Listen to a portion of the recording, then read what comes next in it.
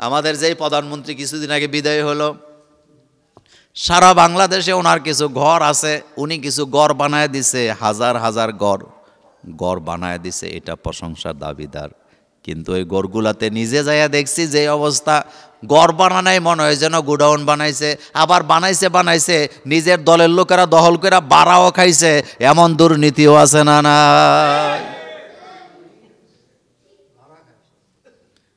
ঘর বানাইছে মনে হয় যেন গোয়াল ঘর বানাইছেন তাদের জন্য, নিয়ে গেছে আরেকজনে। এই ধরনের প্রকল্প, অনেকগুলো প্রকল্প আমি ঘুরে ঘুরে দেখছি। বাংলাদেশের এমন কোনো জেলা তো নাই যেখানে আমার পা পড়ে নাই। আমি দেখছি টাকা খরচ করছে, টাকার বাজেটের মধ্যে কোনো ঘাটতি নাই।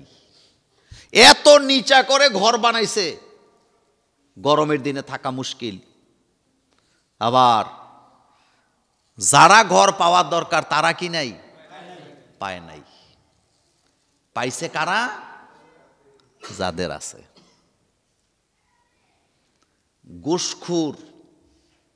ঘুষখোরের চরিত্র ভালো হওয়া খুব কঠিন, যত কথা বলেন, কারণ এটা তার খাসলত। এই চরিত্র বড় ভয়ানক। এজন্য দেশের, রাষ্ট্রের ঘুষখোরদেরকে যখন ঘুষ খেতে বাধা দেওয়া হয়, রাষ্ট্রের কর্ম তৎপরতা স্থবির হয়ে যায়। কারণ ঘুষ ছাড়া এরা একটা কাইকো দিতে রাজি নেই। আশ্চর্য হবেন, একটা গল্প বলি। এক সরকারের কাছে খবর গেছে আপনার অমুক অফিসার খালি ঘুষ খায়। তো ওরে ডিপার্টমেন্ট চেঞ্জ করে এক জায়গা থেকে আরেক জায়গায় দেয়, খবর আসে ঘুষ খায়। আর এক জায়গায় দেয় কয় ঘুষ খায়। সরকার বাধ্য হইয়া এই ঘুষখোরের নদীর পাড়ে নিয়ে বসাইছে। কয় তুই যেহেতু সব জায়গায় ঘুষ খাস, তুই নদীর পাড়ে বসে বসে ঢেউ গণবি, তোর কোনো কাম কাজ নাই। আর সরকারের চিন্তা হইল যদি বসে বসে নদীর পাড়ে ঢেউ গণে অন্তত ঘুষ, আর কারণ ওখানে তো ঘুষ নাই। এতে 2-3 দিন মোরা একটা বিষয়ে বসে বসে চিন্তা করছে, এমন কি পাপ করলাম। পাপীরা কিন্তু এগুলো বলে, ঠিক না? যে কথায় কথায় বলে এমন কি পাপ করলাম আল্লাহ শাস্তি দিয়ে, আপনি নিশ্চিত সে পাপী। এটার ওয়াজ আরেকদিন করব। এ ধরনের কথা ডায়লগ দেয় না, কি পাপ করলাম আল্লাহ আমারে শাস্তি দিল, তুই পাপী এজন্য তুই এটা বলতেছ। যারা কথায় কথায় বলে আমি মিথ্যা বলি না, আসলে সে মিথ্যা বলে। কারণ তুমি যে মিথ্যা বলো এটা কথায় কথায় বলো না, এটা পাবলিসিটি করার কোনো বিষয় না। তুমি যেহেতু সত্য বলো, তুমি মজবুত থাকো, আমি সত্য বলতেছি, বিশ্বাস করলে করেন, না করলে নাই। কসম কাইটা আপনারা বিশ্বাস করাবার কোনো দরকার কি নাই। বাংলাদেশের একজন নাট্যকার হুমায়ুন আহমেদের নাম শুনছেন? তার একটা লেখা ছিল এই রকমের। সে লিখছে যে মিথ্যা বলে কসম খাইও বলে, না খাইও, আর যে সত্য বলে কসম না করলেও বলে, কসম করলেও। এজন্য কসম করবেন না কথায় কথায় যে আমি সত্য বলি, আমি কখনো মিথ্যা বলি। এই যে বলে যারা আসলে মিথ্যা বলে, নাহলে আপনি বারবার বলেন কেন আমি মিথ্যা বলি না, আপনার এটা বলছে কেটা। তো কথা বলতেছিলাম, এখন ঘুষখোর চিন্তা করতেছে এমন কি পাপ করলাম, নদীর পাড়ে বসায় দিল, ঘুষ তো আসলে আর মিলবে না। হঠাৎ শয়তান তার একটা বুদ্ধি দিছে, তাকায় দেখে নদীর ভিতর দিয়া মালবাহী জাহাজ, ট্রলার, নৌকা আসা যাওয়া করে। সে আরে দারুণ অপরচুনিটি। তে ওই পারে একটা খোঁড়া মারছে নদীর, এই পারে একটা মাইরে একটা রশি লাগাইছে পরে নদীর জাহাজ, লঞ্চ, ট্রলার সব কি হয়ে গেছে, দুই পাশে জমা হয়ে গেছে। যাবে কিভাবে? সে ঘোষণা দিতেছে সরকার আমাকে দায়িত্ব দিছে নদীর ঢেউ গণার, সুতরাং তোমরা আসা যাওয়া করলে আমার ঢেউ গণতে ব্যাঘাত হয়, জন্য জায়গায় পড়ে থাকো। তো তারে 1 টাকা 20 টাকা 40 টাকা দিলে যে দেয় তারে ছেড়ে দেয়। সরকারের কাছে খবর গেছে, এখানে তো আরো ভয়ানক গোশ। তার সরকার বাহাদুর কয় নদীর পারে গোশ আইলো কেমনে? কয় যাইয়া দেখেন। কথাটা এমনি এমনি বলি নাই, প্রত্যেকটা সেক্টরে ঘুষখোর বসায় রেখা আপনি বলবেন দেশে ঘুষ চলতে দেব না, এটা দিবালোকে জাগ্রত অবস্থায় স্বপ্ন দেখা যেমন, এই চিন্তা করা ঠিক তেমন। আপনি প্রত্যেকটা জায়গায় এমন লোককে বসাইতে হবে যারা ভয় করে কাকে? আল্লাহকে ভয় করে জীবন চালায়, আল্লাহকে সেজদা দেয়, আল্লাহর আইন মানতে চায়। ওই ধরনের লোক ছাড়া আপনি কখনো ঘুষ বন্ধ করতে পারবেন না। খুব ভয়ানক ব্যাপার।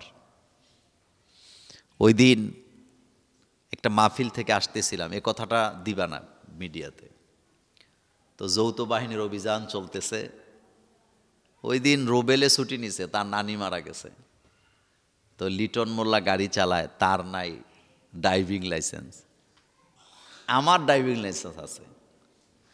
তো বাহিনী, এটা আর্মি এবং পুলিশ বাহিনী মিলে অভিযানটা চালাইতেছে। দেখেন সারা বছর গাড়ি চেক করে না, ওই দিন রুবেল ডে ছুটি দিছি, ওই দিনই গাড়িটা আটকাইছে। অনেক পুলিশ আর্মি একসাথে, যৌথ বাহিনীর অভিযান তো বুঝেন, এখানে তো গোষ্ঠস একটু কম চলে, মানে চলে না, এক কথা শেষ।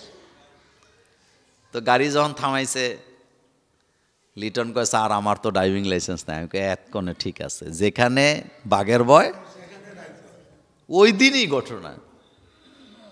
যাক, আমি বললাম ঠিক আছে, যা হয়েছে হয়েছে। রাতের বাজে তখন একটা না কয়টা, আমি নামছি।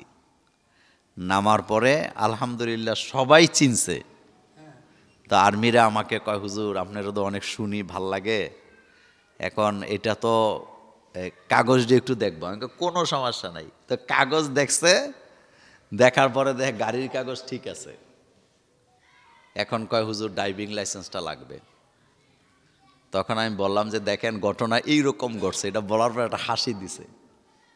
পরে কয় ঠিক আছে আপনি আসেন। তো পুলিশ অফিসারের কাছে গেছি, ও আমার সাথে কোনো খারাপ কিছু কয় হুজুর আপনারা তো চিনি, কিন্তু সমস্যাটা হইল আপনার সামনে আরও 3-4টা মামলা দিছি, আমিও দেখতেছি মামলা দিছে ড্রাইভিং লাইসেন্স না থাকার। আপনারটা যদি ছেড়ে দেয় তাহলে তারা আমাকে কি মনে করবে? তো রাস্তা একটাই আছে, আপনি একটা কাজ করেন, আমি তো একা না, যদি শুধু পুলিশের অভিযান হইতো ছেড়ে দিতাম, এখানে তো আর্মির একজন কি আছে, বড় অফিসার আছে, আপনি উনি যদি ছেড়ে দেয় আমার কিছু করার নেই। তো আরও 2জন আর্মি কইতেছে অসুবিধা নেই স্যার আপনাকে চিনে আসেন। পরে গেছি, যাওয়ার পরে উনি বলছে হুজুর এখন আমি কি করতাম বলেন? দুষ্টামি করে বলতেছে আমি যদি এখন আপনাকে না ছাড়ি আপনি আমার ওয়াজে তুলাদুনা করবেন, আমি কোন দিকে যাব? তো একটা কাজ করেন, আপনি কতক্ষণ থাকেন, আপনি একজন আলেম মানুষ, আর আজকেই যে বিপদে পড়ছেন ওই যে কথা, তো একটা কাজ করেন নাম্বারটা দিয়া যান, অন্তত একটা মাহফিল আমারে করে দিয়েন টাকা ছাড়া। তো কথা ওইটা না, মূল কথা হইল কি, আমি যে কথাটা বলতেছিলাম এটা হলো দায়িত্ব।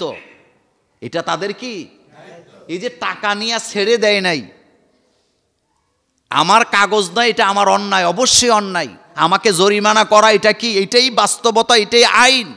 ছেড়ে দেওয়াটা আইন নয়, কিন্তু 500 টাকা 200 টাকা দিয়ে ছেড়ে দেয় বলে অন্যায়টা বন্ধ হয় না। কারণ মাথায় থাকে যে সমস্যা নাই, সমস্যা হইলে টাকা দিয়ে ছুটে যাবে। আমি কি কথাটা বুঝাইতে পারলাম? এরকমই হোক, কোনো ঘুষ যেন না থাকে, তাইলে আমরা সোজা হব। সৌদি আরব একটা রাষ্ট্র, আপনারা কে কে গেছেন জানি না, আপনি কোনো আইন অমান্য করছেন গাড়ি চালাইতে যেয়ে, আপনার পিছে পিছে পুলিশ ঘুরবে না। আপনি সিগন্যাল অমান্য করে চলে গেছেন, আপনার পিছে পুলিশ কখনো দৌড়াবে না, আপনাকে আটকাবে না। আপনি 2 মিনিট পরে দেখবেন মোবাইলের মধ্যে অটোমেটিক মেসেজ আসছে গারামা 300 রিয়াল। তো গারামা দিতে দিতে আপনার যখন পাছা লাল হয়ে যাবে, আপনি তখন আর ভয়ে কি করবেন না। একজন মানুষ বেতন পায় 1000 রিয়াল, 3 বার যদি গারামা দেয় 1 মাসে, তার বেতন আছে না সবটা গেছে। গারামা বুঝেন তো, জরিমানা কি, এই ভয়ে সবাই আইন অমান্য করে না। কিন্তু আমার দেশে ওই যে 500 টাকা দিলে ছেড়ে দেয়, এই চিন্তা মাথায় থাকার কারণে কাগজপত্র ঠিক করে না। আমি শুধু কথাটা এই জন্য বললাম, আমাদের দেশটাকে যদি আপনি সঠিক করতে চান, প্রত্যেকটা সেক্টরে ওই টাইপের লোক বসাতে হবে যারা আল্লাহকে ভয় পায়, যারা রাজুকের প্লটগুলা কোটিপতি দুর্নীতিবাজকে দিবে না, বরং বিল্ডিং বানায়া ছিন্নমূল বাচ্চাদেরকে থাকতে দিবে, যাদের বাড়ি নাই ঘর নাই তাদেরকে থাকতে দিবে।